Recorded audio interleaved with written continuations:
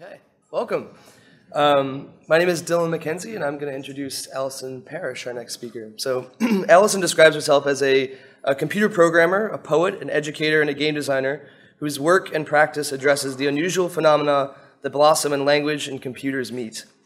And you've likely encountered one of these blossomed meetings of language and computation, though perhaps you didn't know the author at the time. Perhaps you didn't even know that it was authored at all. It may have been one of her cadre of poetry bots, like Every Word, that tweeted every word of the English language over the course of 8 years in alphabetical order. Or it may have been Penguin Random House, which tweets a picture of a penguin in front of a random house. And that will be even funnier later. Or Articulations, her recent book of poems that takes 2 million lines of public domain poetry and builds new poems from the phonetic and synaptic similarities. Or Rewordable, a game that she made with Tim Satella and Adam Simon, where players use a deck of commonly occurring sequences of letters to build words of increasing length and complexity. And Rewordable was the first time that I encountered both Allison and her work at the same time, and her process at the same time. Almost exactly 2 years ago, Rewordable joined the incubator program here at NYU. And the incubator gives games with a level of innovation or artistry or creativity and opportunity to find their market. And I work as the conduit between the advisory board and developers, so I get an opportunity to see the process unfolding and help them find that market. So even though during that time of the incubator, Allison remained something of a mysterious artist, because Tim was the full-time developer in the incubator. And he would sometimes, he would go to playtests every week. We have playtest Thursday. And he would meticulously document the words that were used and the number of letters and who won and how they won. And then every once in a while, he would come back to our check-ins periodically with these new decks, these new combinations of IONs and a few more A's and an extra EDs. And there was something sort of magical or mystical about the way that he just appeared with this brand new deck that somehow was better than it was before. And how did he get it? Where did he come from? What mountain did this deck arrive? But what was happening, of course, was one of Allison's blossomed meetings of computation and language. There was a person there. There was a Python script and a person that had put that together. And there was no mystery. There was no divine inspiration. It was the process of making games, and it was a unique process of making games. And so for that reason, I'm very excited to introduce Allison Parrish to tell us about it.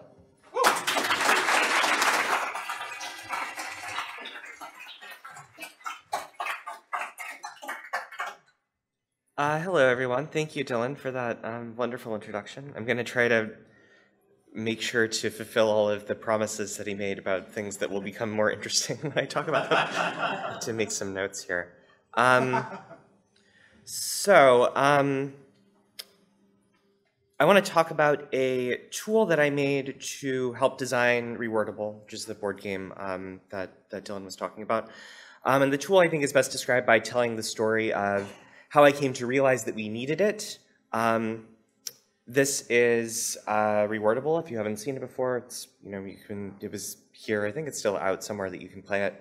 The way that the game works is it's a word-building card game. There's a sequence of, there's a bunch of cards, and they have a sequence of 1, 2, and 3 letters on each card. On each turn, you form a word from the cards currently in play or in your hand, and then there's also reward tokens that you can earn. Sorry, I have to dismiss an update thing here so I can see my notes. There are also reward tokens that you can earn from the words that you form in each turn.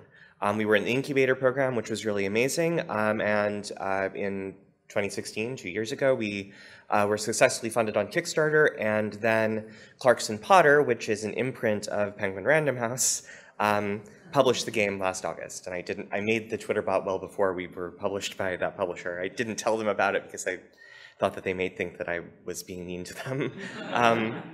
But Penguin Random House really is like a really weird name for a company.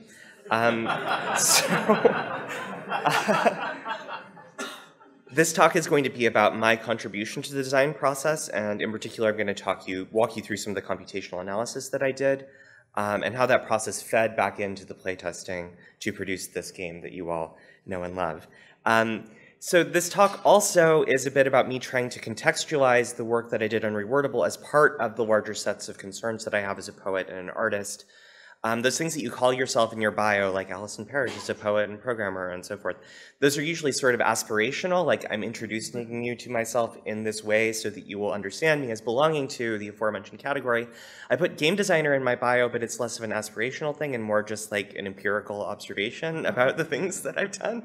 Like I have co-designed and published a game, and you can go into Barnes & Noble and buy it, and I'm speaking at a game design conference, ergo, I must be a game designer of some kind. And I love games, but my real interest is in language and how language is turned into systems, especially computational systems, and how the process and artifacts of such systems can be challenged and repurposed for creative and poetic ends. In other words, I just want to punch language in the face, and I want to use a computer to do it for some reason.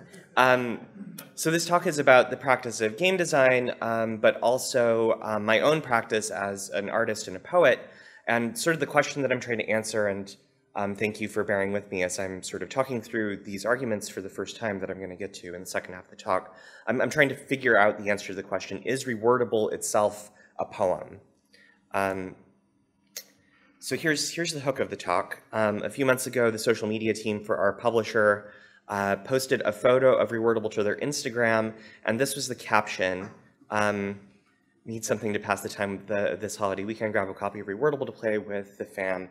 It's Scrabble meets Bananagrams. I should make it clear, because I'm gonna get upset about this in a second. I should make it clear that I completely trust the marketing and sales teams at our publisher, and I intellectually understand why they would think that it would make sense to draw a comparison between Rewordable and these two wildly successful, well-known games with sort of similar premises and materiality, and I understand that it's kind of my failure as a designer that the game doesn't suggest the similarities and differences that I hope that it will ultimately suggest to people who encounter it, but this caption made me sad. I don't really like Scrabble or Bananagrams, and I think that Rewordable is clearly different and better than both of them. So I read this in my head, and it was like Scrabble meets Bananagrams, Scrabble meets Bananagrams, Scrabble meets Bananagrams, Rabba meets Bananagrams, blah, blah, blah, blah, blah, blah, blah. It was just reverberating in my head for hours. So I'm going to explain to you why it made me sad. I mean, first of all, Bananagrams is just letter tiles in a fanciful bag. That's all it is. It's a wonderful game. I enjoy playing it. But Bananagrams is already Scrabble meets Bananagrams, right? So we actually started working on Rewordable in 2008, and it was a final project actually for Frank Lance's game design class at ITP. And one of the reasons that we made the game was that we didn't enjoy word games like Scrabble, which it seems like it's about language, but it's actually about memorizing short and obscure dictionary words and lording that knowledge over your friends and family. So we wanted to make a word game where you can win without being a jerk. And later in the talk, I'm going to go a bit more into why I think it's the case that good Scrabble play is necessarily being a jerk.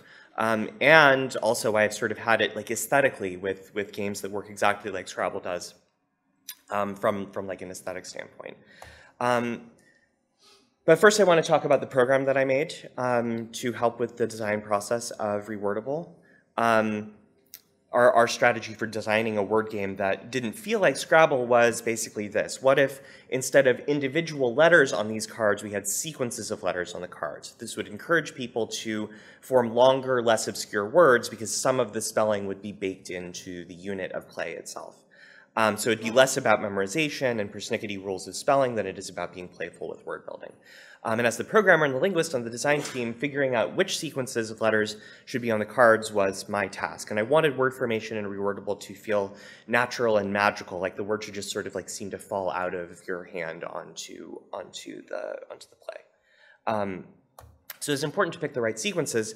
If you have 26 letters in your alphabet, there are about 18,000 possible sequences of 1, 2, or 3 letters, right? So my task was to identify which subset of those sequences should be a part of the game. So my first instinct, as with many people in this situation, was to look at a representative list of English words and figure out which of those words, which of those sequences in those words were most common. And I figured the best sequences would be the most common sequences, right? And this is the 120 most common sequences of 1, 2, and 3 letters used in English. For the original Rewordable deck, we basically just used this list along with some other single letter cards to like pad it out a little bit to a deck of 160 cards total. This is what the deck looked like. This is what we turned into Frank. We passed the class. Everybody passes at ITP though. So.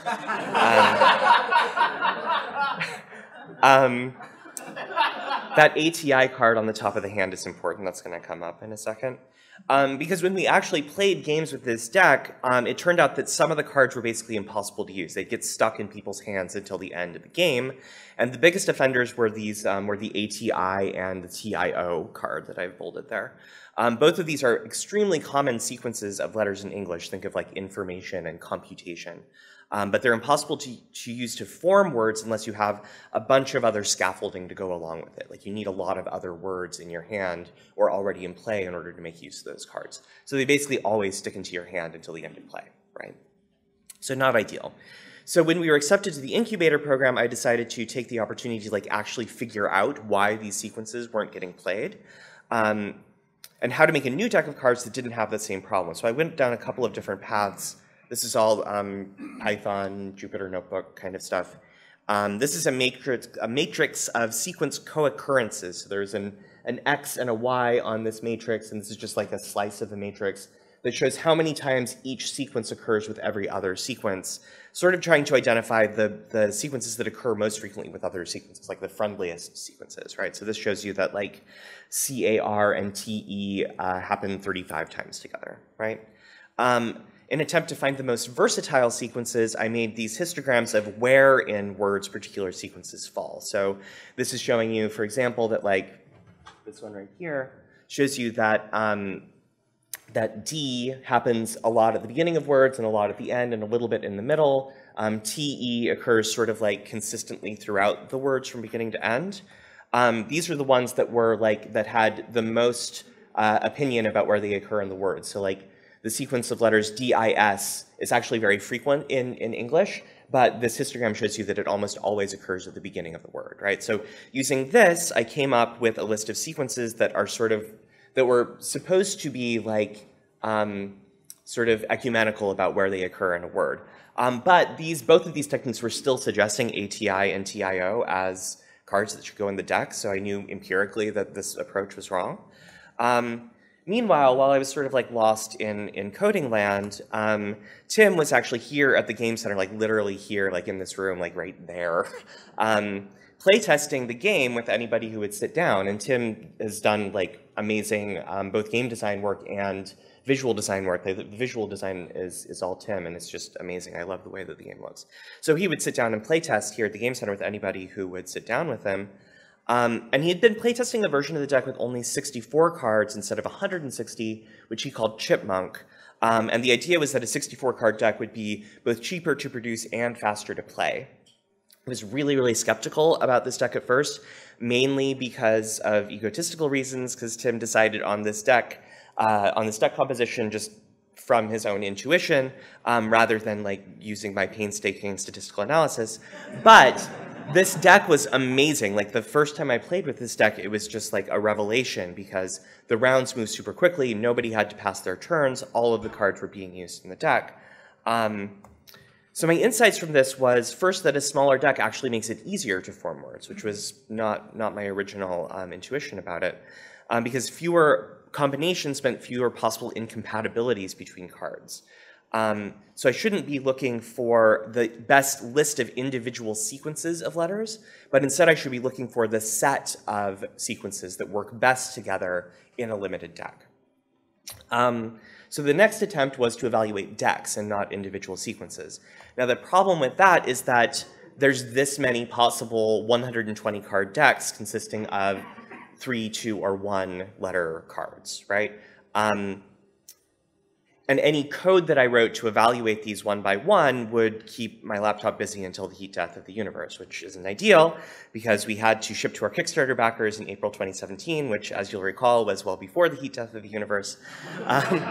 So I needed to find a manageable way to navigate this possibility space. So my approach was I made a genetic algorithm that would generate decks at random, simulate play with those decks a few hundred times, and then assign a score to each deck based on its simulated performance, and then feed that back into the pool. This is a typical result from that. So this is like, it's already giving like some cards that never would have like occurred to us if we were just using either a frequency-based analysis or just trying to come up with sequences on our own, like things like REP. And I still think this is probably like the approach that I would use if I had like PhD funding to approach this problem. But because of our time constraints, I didn't really have time to tune the performance of the program. So this was sort of a dead end, like I couldn't really make a dent in the possibility space. But I realized that the part of the program that evaluates these decks for play was essentially simulating rounds of Rewordable, right? And this simulating program would be of use on its own. So what I did is this hybrid solution called evaluatedeck.py. I zipped up the work that I was doing and I sent it to Tim, and he had this standalone program that he could feed in a spreadsheet of cards along with the number of each card, and then get back essentially like a report that would tell him how well that deck performed on certain metrics. Our ending cycle for deciding on the composition of the deck looked like this, like playtesting, became sort of Tim's ideas about what intuitive ideas about deck tweaks, which you would pass into the program to see how those decks actually performed, which would then go into the deck composition process, and then we play test with that again and so forth. So it's this cycle that involved both the analysis with the computational analysis and the play testing, which worked out really well. So this is a screenshot from the tool. It's super fascinating, very flashy. I'm well known for my visual design skills, so what you're seeing is it's telling you how many of each card was actually used in several thousand rounds of play. It's showing you all of the valid words that were formed and how many times they were formed. And then it's also showing you like how many cards of each length, like 2 or 3 cards, were formed in what proportions and words. And we use these to balance certain parts of the game. One thing also that it shows you is if in several thousand rounds of simulated play a particular card wasn't used, it would like make a little like hall of shame for those cards, because it turns out that basically removing a card that isn't used from the deck just automatically improved it amazingly. So if you're wondering why Rewordable doesn't have a single letter J, X, Q, or Z cards, that's because in any simulation that we ran, those cards were almost never used, so we just got rid of them. So this is the final deck that we made, and my engineering brain would be much more happy if we came up with a 100% algorithmic solution to the problem. But the hybrid approach that we used, it really worked, and the statistical experimentation combined with real-life playtesting, informed by the simulation, we ended up with a deck that I think is super fun to play. In the process of doing all this, and this is where I'm sort of shifting to reflecting back on this process and thinking about what we were actually doing with language during this process. Thinking back at this, I realized that there's this sort of unspoken, what I'm calling the unstated axiom of spelling game design for some reason. And spelling games, I mean word games that are primarily concerned with the way that words are spelled, right? So like Scrabble, Boggle, other games like that. So the unstated axiom of spelling game design, for some reason, is the level of skill associated with forming a word is a function of the level of skill needed to make use of the letters comprising the word, right? So if you're playing the word quick in Scrabble, it means that you're basically 20 units of good at Scrabble, right? That's how you determine how good you are at Scrabble. Taking for granted like the skill needed to like find anagrams of words, like just taking that as a constant for now. And this axiom looks super common sense. It's like so deeply ingrained in spelling games that we love and grew up with that it's hard to even think about what could be wrong with it. This axiom was formulated in a very succinct way by Alfred Butz, the inventor of Scrabble, when he was designing a number of Scrabble predecessors. I think Alfred Butz formulates the axiom would be a great name for a children's book or like a concept album or something like that. So he says, it follows that word games should be played not with a jumble of letters, because up to that point he perceived word games as consisting of jumbles of letters, but with a mixture so proportioned that the individual letters will occur in the same frequency as they do in normal word formation. And then he assigned values to letters roughly corresponding to their frequency. So more valuable letters would be those that occur in lower frequency, right? That's the unstated axiom that's sort of informed or spelling game design since then. And it actually turns out that that kind of analysis has been part of letter-based play and games for a long time. This is a set of alphabet blocks from 1858, Hill's patented alphabet blocks, which consists of a set of 20 alphabet blocks that have letters on each side of the cube. I did a statistical analysis on this set, and that's the distribution of letters in this deck.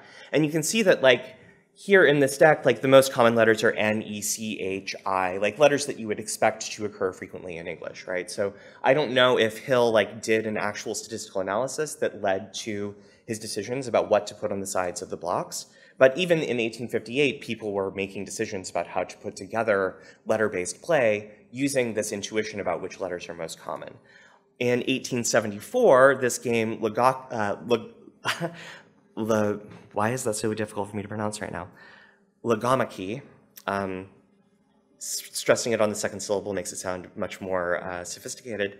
This is a variant of anagrams from 1874, where you formed words with the cards. But even in this case, you can see that the Z card there is a double prize. So Z and Q were double prize cards. X and K were prize cards, which presumably act as multipliers or bonuses on the cards that you formed with that. So that idea of, like, giving an extra reward for these less common letters has been a part of word game design for a really long time.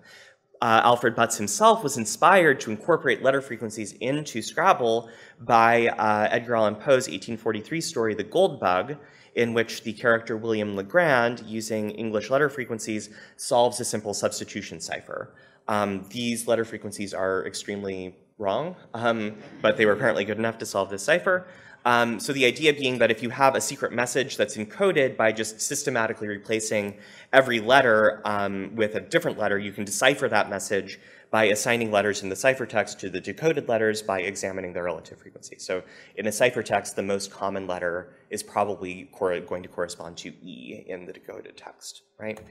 But it turns out even before that, in the 9th century, Al-Kindi, who was a mathematician born in Baghdad, more or less completely formulated the idea of using letter frequency to decode cryptograms and talked about how you needed a statistically significant amount of letters in order to solve that frequency. So it's really no surprise that this axiom is an unspoken part of the zeitgeist of letter game design, because the ideas underlying it have actually been around for a millennium, if not longer, right? It's just sort of a core intuition about how it works.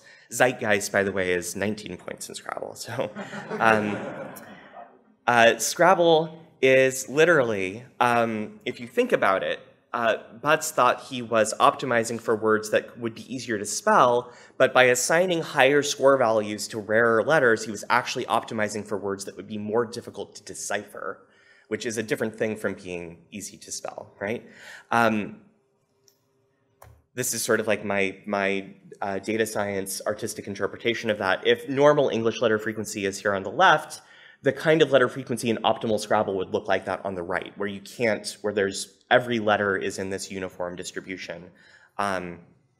If you want to maximize the difference between the letter distributions in your words and the distribution of letters in English words in general, that's how you get a good Scrabble score. So in regular English, you have words like "it is a truth," universally acknowledged. In Scrabble, you get words like "kof," "syzygy," and "za," right? That's the corresponding difference in the letter frequencies.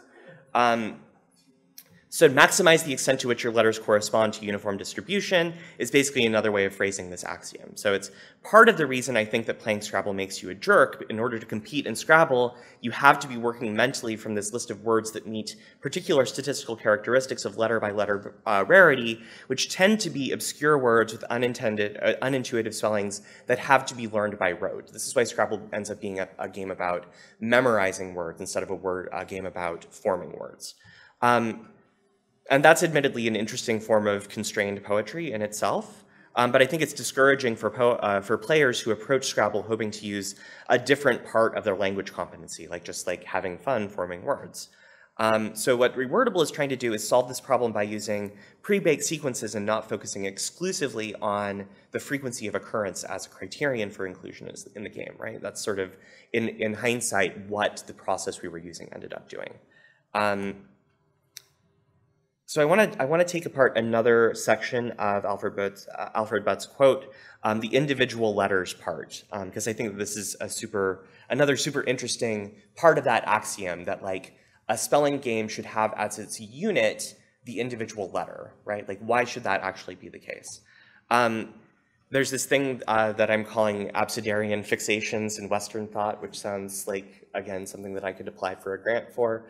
But it's basically the alphabet fetish. I should point out that like most writing systems in the world are not alphabetical, right? Like Hanzi is logographic, that's the term they apply to it, even though it's not really one symbol per one word. Devanagari is an abugida, which has symbols for consonants and then diacritics that indicate vowels. The Arabic alphabet is an abjad, which there are only symbols for consonants. Indicating vowels is usually optional. And then there's things like hiragana and katakana, or the Cherokee writing system, which are syllabaries where there's a distinct symbol for each consonant, right? Like the majority of writing systems in the world look like this. An alphabet differs from these in that it has distinct symbols for consonants and vowels that exist on the same plane.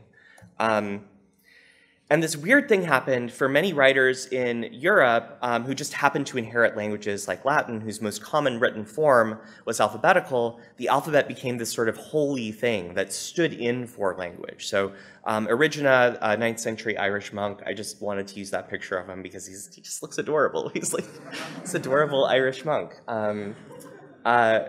A pretty cool guy, as I understand it, but he said, grammar begins with the letter from which all writing is derived, into which it is all resolved. So taking the letter as being the elementary unit of language. And this is only possible if you're thinking in terms of an alphabet, right? Another example of this is John Amos Comenius's Orbis Sensualum Pictus, which was a popular textbook for children from the 1600s. It includes this alphabet chart. The chart actually builds like a taxonomy of animal life based on the arrangement of the alphabet. Now, of course, the arrangement of the alphabet is completely arbitrary. It's contingent. It's an accident of history. So this is sort of like philosophers in Europe were like constantly retconning the order of the alphabet to actually mean something and like introduce universal order around the idea of the alphabet.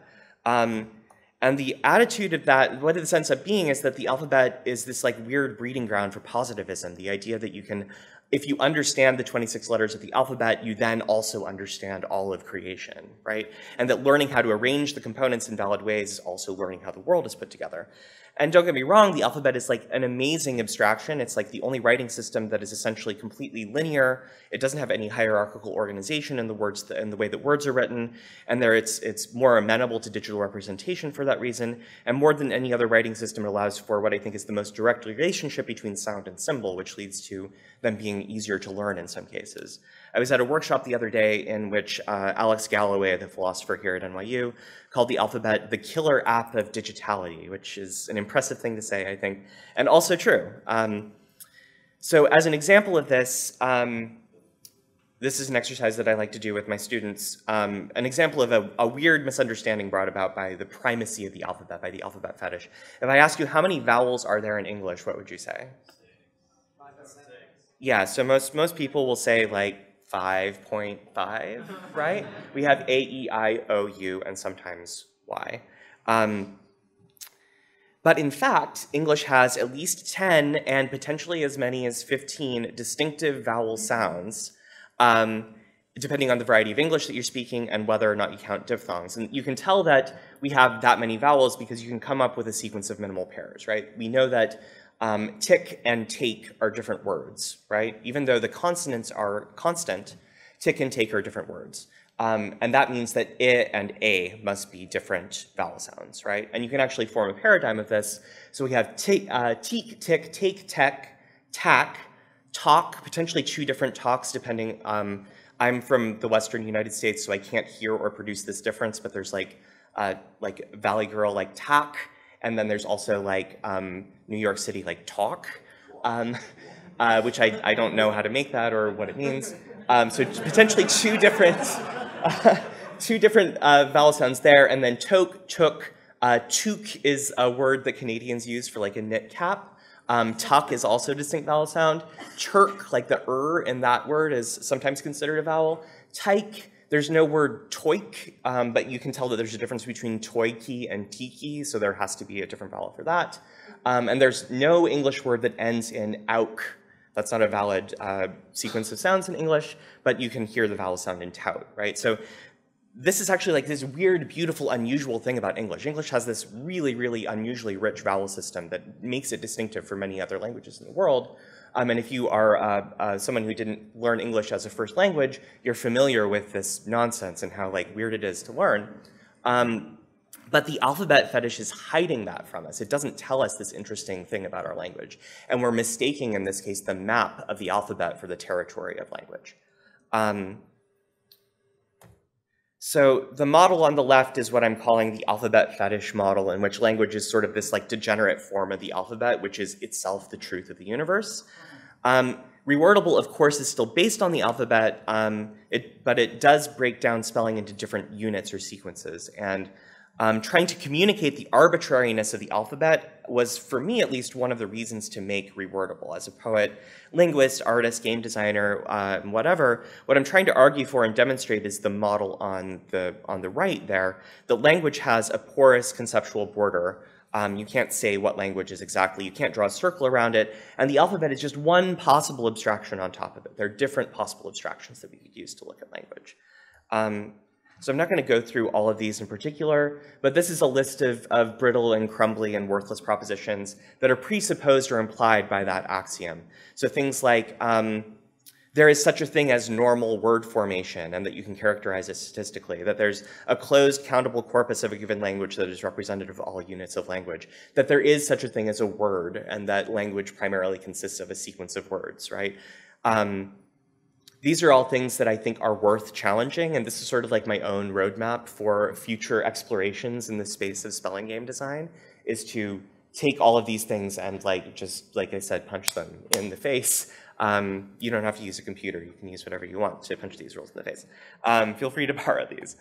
So my design lessons from Rewordable, you can design a consistent, holistic system for representing language. It doesn't just have to be about distributions of letters. Frequency analysis is one of many different tools and not the only thing that you can use. You don't have to model the entire English language, just a fun subset of it. Like throw out the X, J, Q, and Z cards if you want to. It's not important that they be there because you're not making a model of language, you're making like one potential abstraction of it. And then finally, the computationally generated map is not the territory, and there is no substitute for like actually playing the game with people. That is a big important part of the process. So going back to Penguin Random House social media, the question is, did we succeed? Did we actually make a game that feels different from Scrabble and Bananagrams? So here are some Amazon reviews.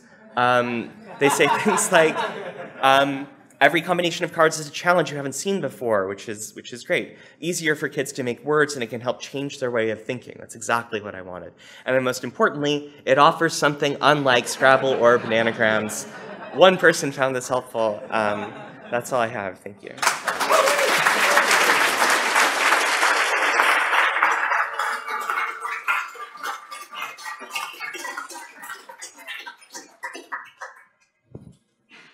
Questions? That was fantastic. Thank you. Thank you so much. I'm so impressed and amazed, and I'm not going to ask anything because I'm sure other people have questions too. So let's start in the back there. So you were making this as a physical game for a host of reasons. Mm-hmm. What might you do differently if you weren't constrained by the cards that are going to end up in the box? Like if you were to do it digitally, where would you start exploring?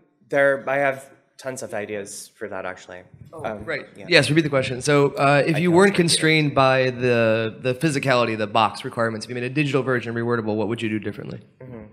I mean, one thing that you can do digitally is, I made another game that I didn't talk about here called Lexcavator, which actually incorporates like a Markov chain model of letter frequency to like, basically it's a game where you like, it's basically what's like, I can't describe digital games right now. It's like Dig Dug.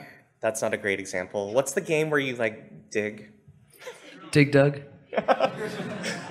Where the board consists of letters, and the form of the board is, the layout of the board is suggested by which letters would be most likely to follow other letters in that board. So there's lots of things you can do by just like bringing in statistical models into the way that words are, into the way that things are suggested in those games.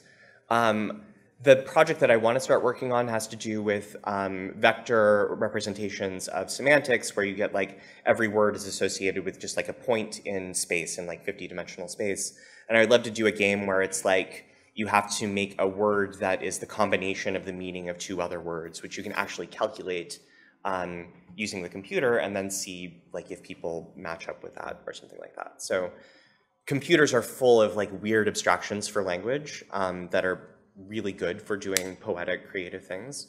So yeah, I would be excited about doing that.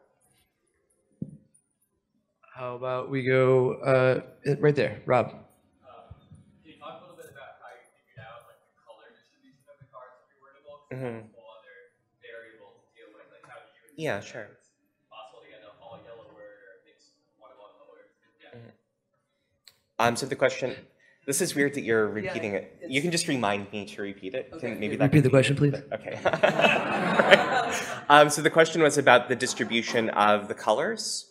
Are you interested in like the colors in particular, or? I just saw that in one of your slides, counting how many colors of each card were used. And I know in the game Rewordable, there's like the bonus tokens for the different colors. I'm just wondering how that kind of fed into your whole. Yeah. So the colors started out just being as a mnemonic thing. So cards with one letter are blue. Cards with two letters are pink, and cards with three letters are yellow. Magenta, I should say. It's a CMYK color thing. Deciding on that distribution was a part of the simulation. Basically, like, you know, different lengths of sequences have different affordances in terms of how they like ease word formation. And there's actually a reward token for forming a word that consists just of two yellow cards. So a 6-letter word formed of 2 cards exactly. That was actually something that we specifically balanced for in order to make that token easier to get. So we actually introduced like one more yellow card into the deck, specifically so that there would be like 5 or 10 more words that you could form in order to get that token. And part of the simulation was also to see whether those tokens were actually being completed in any game, and that was definitely part of it. Julian behind Rob. So the simulation, how does that work? And how do you know that this represents when you play the game? So the question is, am I a good programmer? It's just the question was, sorry. The question was to explain the simulation and how it works and like how I know that it's actually a valid thing. And the answer to that is I don't. Like I wasn't systematic in being empirical about knowing whether or not the simulation was doing exactly what was happening in the game. It was more just like a seat of the pants kind of like, this looks like it's basically doing the thing. The simulation, as I remember it, because I haven't touched it since we decided on the finalized deck, it's just like moldering in a directory on my computer at this point. It was basically just like, it had like a set of simulated players and there was like cards on the table, the same way that there is in regular Rewordable, and then they each had a hand of cards. And then it was basically just like, how many words is it possible to form with the cards in the hand and the cards that are already in play. So it wasn't simulating things like, would it actually be possible to form those words? It wasn't simulating like longer sequences of play. It was basically just like simulating turns. But that was the basic gist of it. So there's someone who's maybe working on a game with words in it that has a burning question that would help them with their process. Sure. When you were doing your analysis system, did you use a specific dictionary? Because I know like in a normal dictionary, there are like lots of words moving those. There are also sublists of like popularly used words. How did you choose the set? Right, so the question is about what was the body of text that was used in the statistical analyses. And that's a really big, important question. And I don't remember. I think when we started out, the original version of Rewordable, I think, was like based on one particular text. I don't remember which. It might have been like Shakespeare or something like that. That's obviously going to inflect the way that the letter frequencies fall out. And then I've also worked with just like flat dictionaries that are just wordless. That tends to inflate the frequency of the longer sequences because it's not dampened by the fact that longer words in general happen with less frequency, so sequences in longer words will happen with less frequency. So there's definitely a push and pull there about what are you actually trying to model? Like, are you trying to model like speech, or are you trying to model a dictionary? Because that will make a big difference in the thing. I don't remember exactly what I used for those. I think I just usually work from like a Scrabble word list because those are published online and it's sort of like a good intuitive place to start. Frank in the front. Why are there letter frequencies at all? Why don't all the letters show up about the same amount of time? Is there an obvious thing that I'm missing, or is that genuinely mysterious? There's some explanation. Right. So the question is, why are there letter frequencies at all? Like, why doesn't everything follow a uniform distribution? I think that's like a really deep philosophical question, actually. Right? That's basically asking like, why is there anything? Why is there just not like a complete like miasma of nothingness with no features? There's not some obvious explanation on this. I'm sure that like actual trained linguists in the crowd would have like an answer for that. It is like a pattern that's seen across all languages. There's like, and many other systems in nature. There's like the Zipf's law or whatever that says like the most frequent things will take like a certain percentage of the entire corpus. I think it's just because like in language you have to make distinctions, otherwise it wouldn't be language, and those distinctions are going to tend to cluster in particular ways. The other answer is like we're not very creative in the way that we use language, right? Like, I think with that universal question, we will end our time with Allison. Thank you so much.